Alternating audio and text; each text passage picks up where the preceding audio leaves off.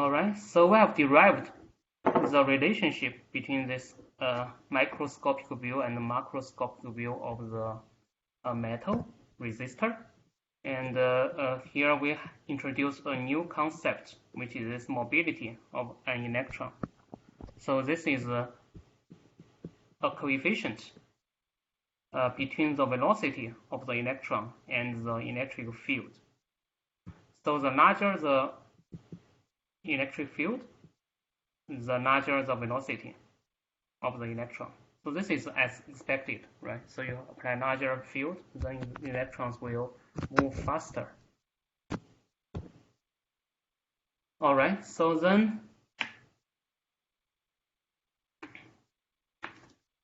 let's look at another perspective of the electron flow. If you think about the electron is a particle, and then you apply the electric force, and by definition, electron force will be Q, is a charge quantity, multiplied by the electric field E. So you have this force on this electron in the metal. So your electron will be accelerated, right? You apply some force to push a particle, then the particle will be accelerated. And then if the particle follows Newton's second law, the velocity will be expressed by this formula, right? This is, let's say, initial velocity can be 0. And then you apply the force, QE, and then divide by the mass of the electron, and then times the T. So basically this is the A, the acceleration factor, or the acceleration rate. So this is the Newton's law. Basically it says that for this particle, then the longer you insert the force, the faster the velocity is. Or you can think that you start your engine of your car, right? And then you start acceleration. Then the longer the time is, the faster the velocity is. But this is different from what we derived from the previous slide. From the previous slide, we say what? We say velocity is proportional to the electric field E. We don't have the time dependency here. So no matter how long you apply the field E, then the velocity is a constant. It will not change with time. But here from the Newton's law, you see that the velocity will be increased over time. So how can we resolve this kind of dilemma? So any ideas? Okay, so maybe your skydiving experience may tell you something. So you need to remember you have something to basically balance your gravitativity in this case. So similarly, for the electron, when it is accelerated in the metal, then it will feel some resistance. It's like you feel the resistance from your pressure here. So that is the force of the resistance in the metal. Otherwise, the electrons will keep accelerating faster and faster. But this is not the real case. The real case is that the electrons will be bounced back by the atoms of the metal. So the metal is made of atoms, and then the electron will be here collide with the atom, and we call this kind of collision as scattering. As the electron move, it will be scattered by those atoms. So even with an electric field here, I should draw the electric field maybe the other way, because the electrons will move towards the opposite direction. So on average, the electrons here will tend to move move down. But the actual path is not a straight line. So there is a random walk. And then electrons will, due to the thermal vibration, it will randomly move and then will be scattered by the atom. But overall, if you consider the average, then the electron over some finite time, this electron will move from here to maybe here. So on average, it will travel this distance.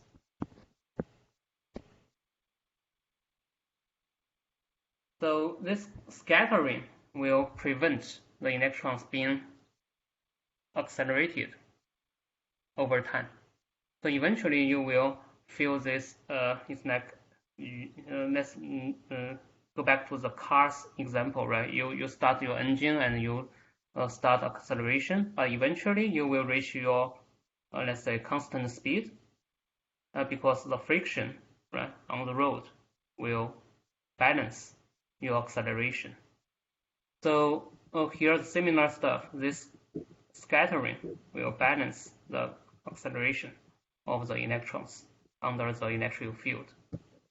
So to summarize here, this Newton's law, if you just think about this second law, this does not work in the metal. So what is valid is this one. This one is valid. All right, any questions?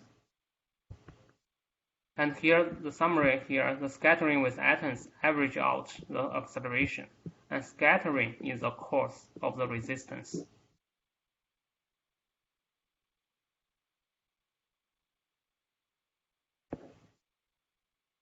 Yeah, so here the M stands for the mass. So electron does have the mass. It's very light, but still is not zero. All right, so let's go back to here. So let's look at one real material for the metal. That is copper.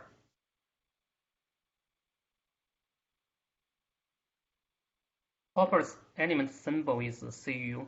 This is copper. So in the periodic table, this is the copper. It's number 29. And the copper actually forms a crystal structure. So here, each ball is this copper atom. And in the crystal of copper, it actually has this kind of periodical structure. So this is one unit cell. Unit cell means the smallest unit, which you cannot break further. So this is a unit cell.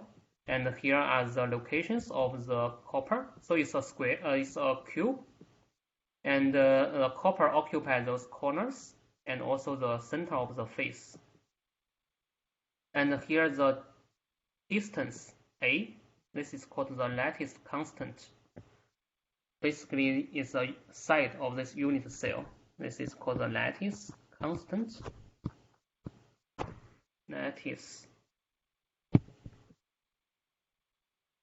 constant.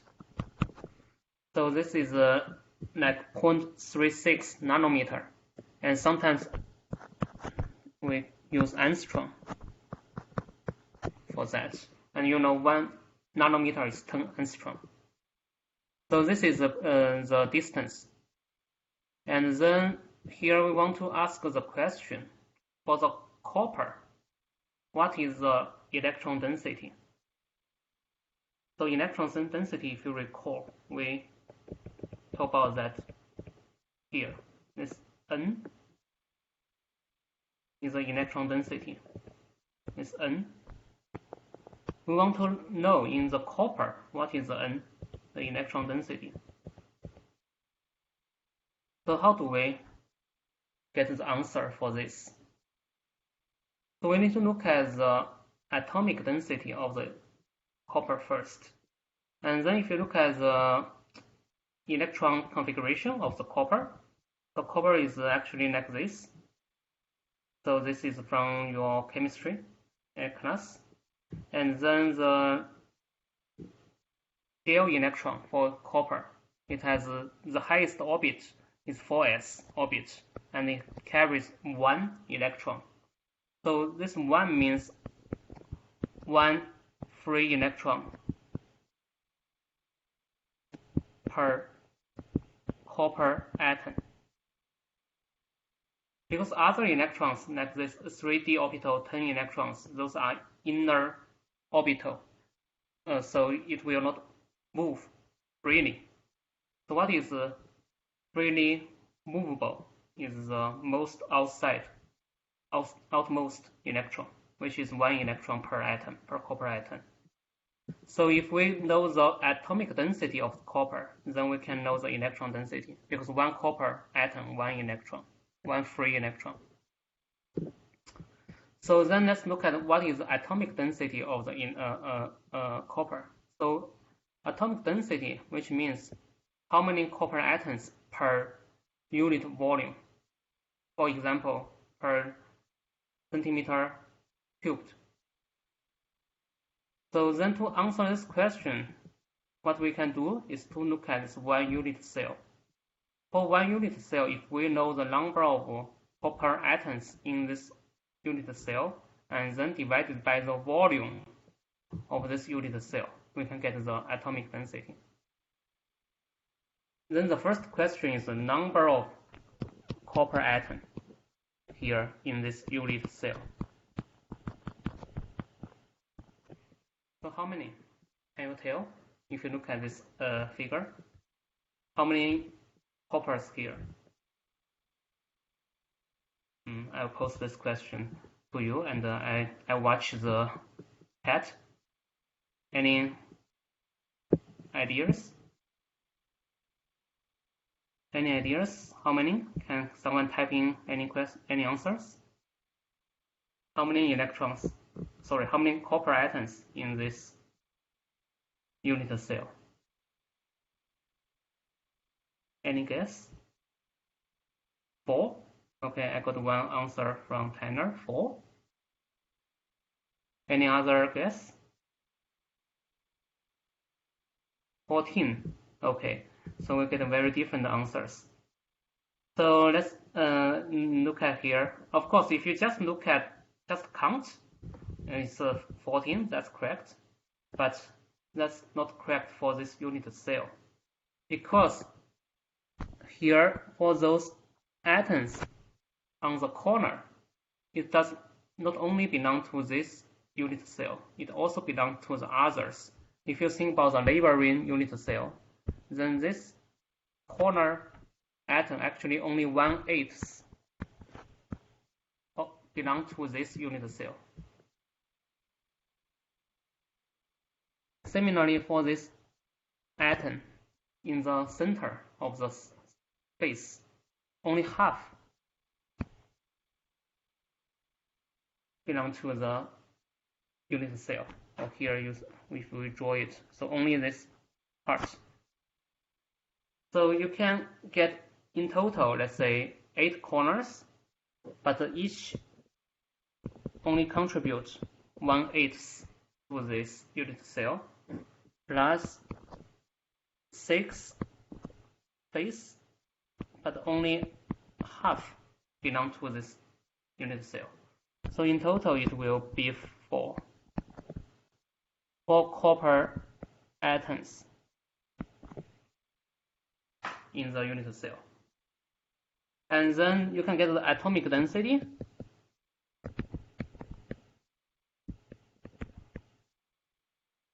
Which is 4 at 10 divided by the volume of this unit cell. And you know the lattice constant, which is one side, is A.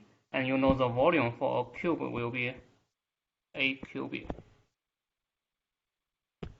So you can get 4 divided by this 0.36 nanometer.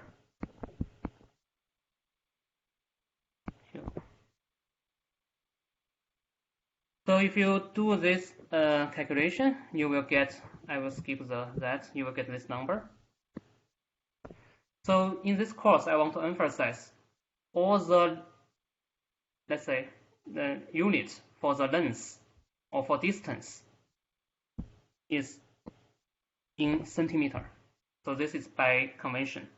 In the semiconductor, people use centimeter as the standard unit. So we need to convert everything to units. So if you do that,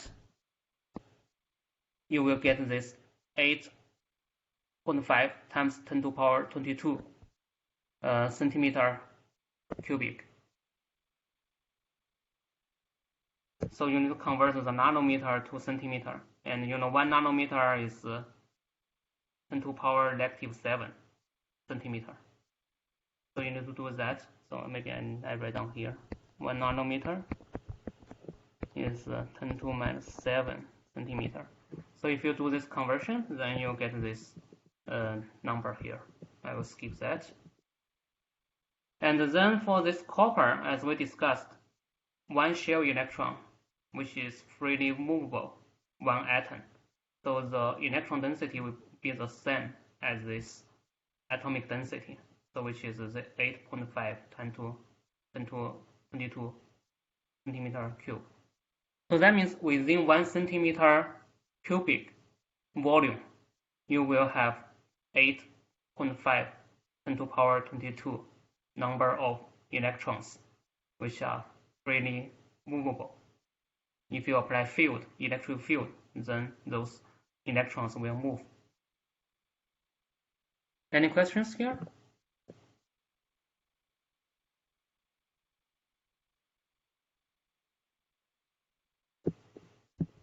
Is the electron density called N? Yes, this is defined in one of the earlier slides.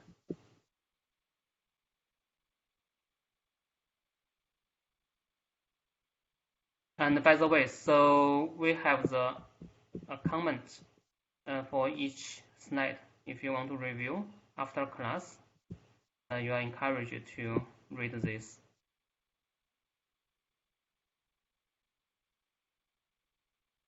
Alright, so why are we interested in the copper? Because copper is the standard material we use for the interconnect on the integrated circuit today. So those wires between the transistors made of the copper. So why copper? Historically, maybe 20 years ago, aluminum was widely used for the interconnect. But I think in the early 2000s, the industry switched from aluminum to copper. So the motivation is to reduce the resistivity. Because the RC delay, you want to run your circuit faster, you want to minimize the RC delay, and you want to reduce the resistivity of the interconnect. So here we have some numbers for aluminum and copper in the mobility and the electron density. So this copper is 8.5 10 to 22 is what we just derived. And aluminum, you can do similar calculation. You get this number because aluminum's the lattice constant is different. So the aluminum's electron density is a little bit higher than the copper, but the mobility is lower. So eventually, you can calculate the resistivity. How do you calculate the resistivity from those two numbers? So if you recall from one of the earlier slides, when we derive the mobility, and so then you will have the sigma equals nq mu, and the resistivity is 1 over conductivity. So resistivity will be 1 over nq mu. And Q is the physical constant for the charge. If I recall correctly, it's this number. And charge has a standard unit, which is Coulomb. So this is from one of the earlier slides, and you can recall from here. Let me briefly go back. So here, when we derive this mobility, so we have this mobility equals to sigma over Qn. So sigma equals nq mu.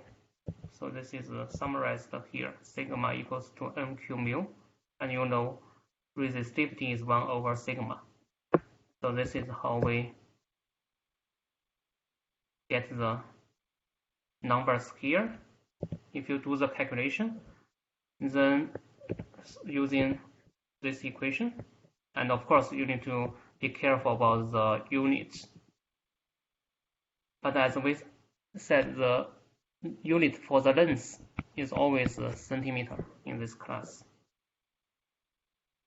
So if you do that, you will get this aluminum is like 2.6 micro-ohm.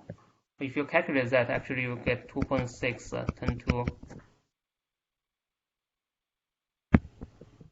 2.6 10 to negative 6 ohm centimeter, and 10 to minus 6 is micro. So by the way, in this class, I just want to use this opportunity to review the scale of the units. So we are going to widely change between those scales. So let me just quickly go over this. Let's say nano. What is nano? Nano is 10 to power 9. And what is micro? Micro is 10 to power 6, negative 6. And milli is minus 3. And centi is minus 2. Oops.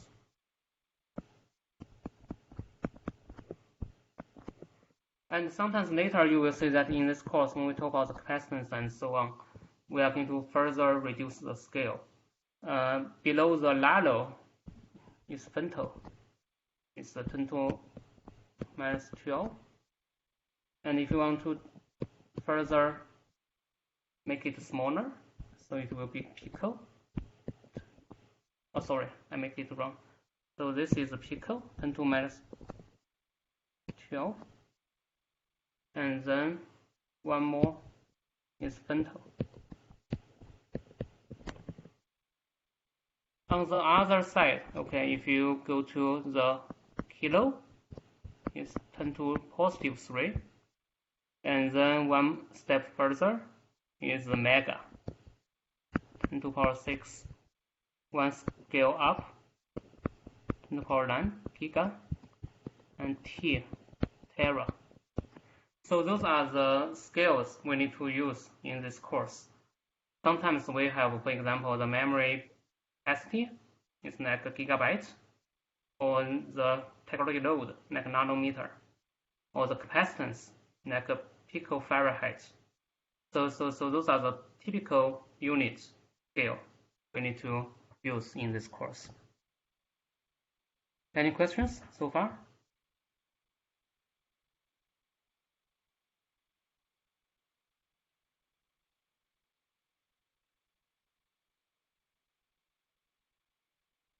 All right, so here we see that copper has lower resistivity, so we prefer copper as an interconnect. So that's why the industry switched to copper, I think below 130 nanometer node around 2000, the year 2000. And before that, industry used to use like tungsten or aluminum for the interconnect. So today we moved to copper. But copper has one problem. That is the diffusion of the copper.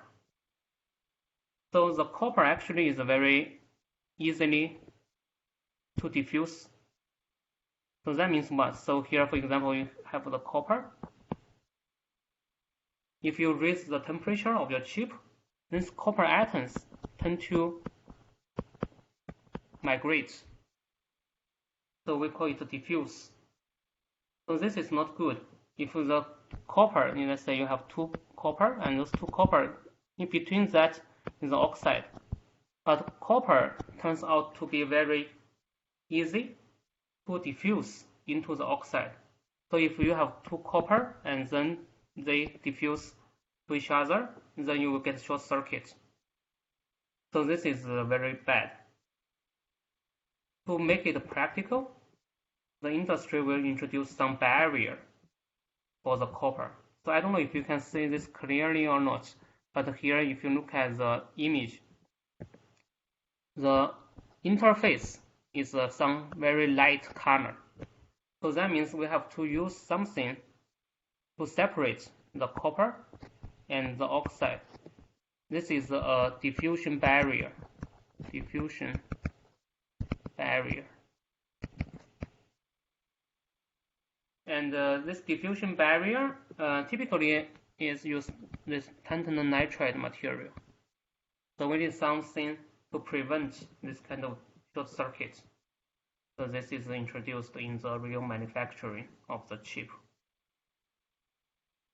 Any questions?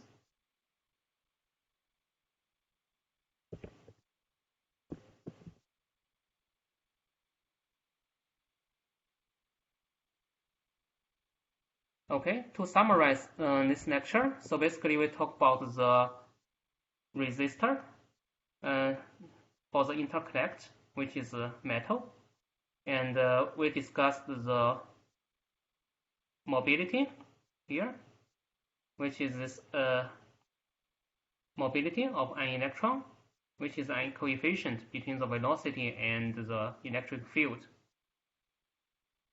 And then we talk about the copper, because copper is used for today's chip. And then here we discuss the copper's electron density, how we derive that. And from the electron density and the mobility, we can get the resistivity of the copper. I think that's the key messages we want to deliver in this lecture. So any final questions from the class? And also we posted the recorded lectures on this YouTube channel. So if you miss the lectures, you can always go back to here. All right, if there are other questions, we can stop the lecture today here.